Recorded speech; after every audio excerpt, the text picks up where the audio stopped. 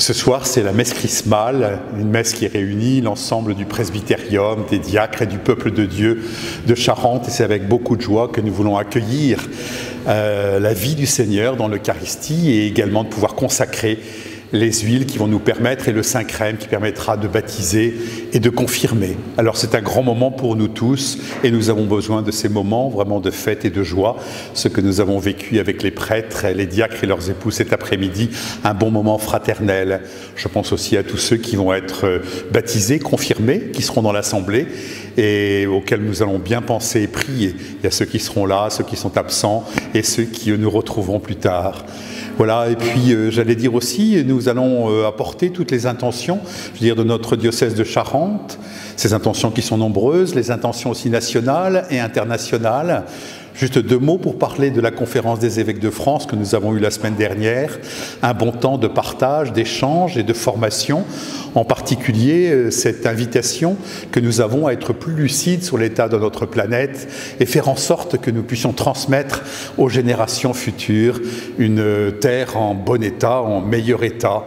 Et nous avons eu un moment très important à Lourdes, c'est le moment où il y avait tout un groupe de jeunesse lassalienne de la Nouvelle-Aquitaine et qui ont accueilli les évêques dans une proclamation. Nous avons voulu dire combien nous étions dans la louange à notre Dieu créateur pour tout ce qu'il nous donne. J'insisterai aussi sur un autre moment important que nous avons vécu, à savoir une messe dans le rite gréco-catholique avec l'évêque de l'éparchie d'Ukraine et nous avons donc célébré dans le rite gréco-catholique et c'est un grand moment de communion avec ce peuple soumis à la violence et à la guerre.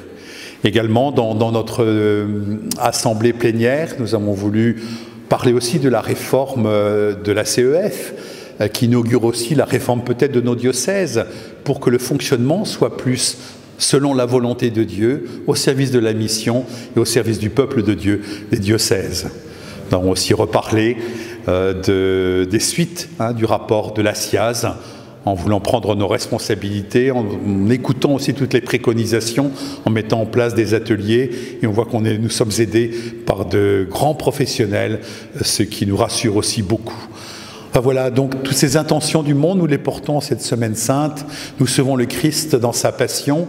Nous n'oublions pas que dimanche, bien sûr, ce sera Pâques, mais comment fêter Pâques et l'exultation de Pâques si nous ne sommes pas réalistes et lucides sur l'état de notre monde? Certainement que nous sommes comme appauvris, peut-être pauvres pour pouvoir mieux nous tourner vers le Seigneur. Il nous sauve. C'est ce que nous allons célébrer ce soir avec cette messe chrismale. Alors béni sois-tu Seigneur. Nous nous appuyons sur ce qui est solide, le roc de ta parole, le roc de ta vie. Et si notre monde est instable et que nous-mêmes, nous avons des raisons d'être inquiets, mais nous voulons te confier notre monde et avancer avec confiance. Aussi bon triduum pascal à toute l'Église de Charente. Nous prions bien les uns pour les autres et je rends grâce au Seigneur pour le don du sacerdoce, pour le don des prêtres qui vont renouveler leurs engagements ce soir, les diacres, car nous sommes au service d'un peuple qui se sanctifie par le don des sacrements. Bon triduum pascal à tous.